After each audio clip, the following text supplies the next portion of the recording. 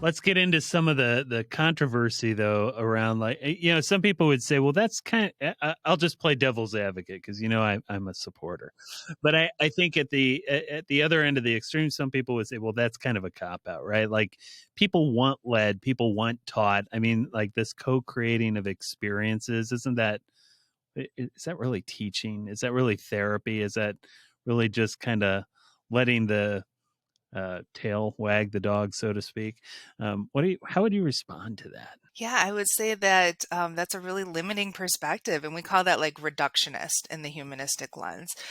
So what we're doing there is it's almost like if we think about the rote memorization model that we all were trained in high school and in undergraduate school.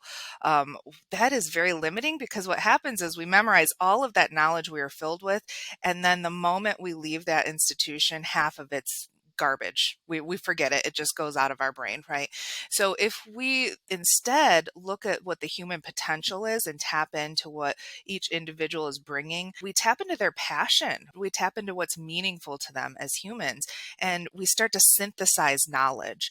And so what our students end up doing is that when I teach them something, for example, right now I'm teaching developmental psychology, I'm asking them, tell me a story that relates to these stage theories that we're going to memorize still. We're going to know them very deeply because you're required to, but we're going to know them so deeply that you're going to attach them to memories and wisdom that you're already coming in with. And so it actually ends up being a much deeper level of learning.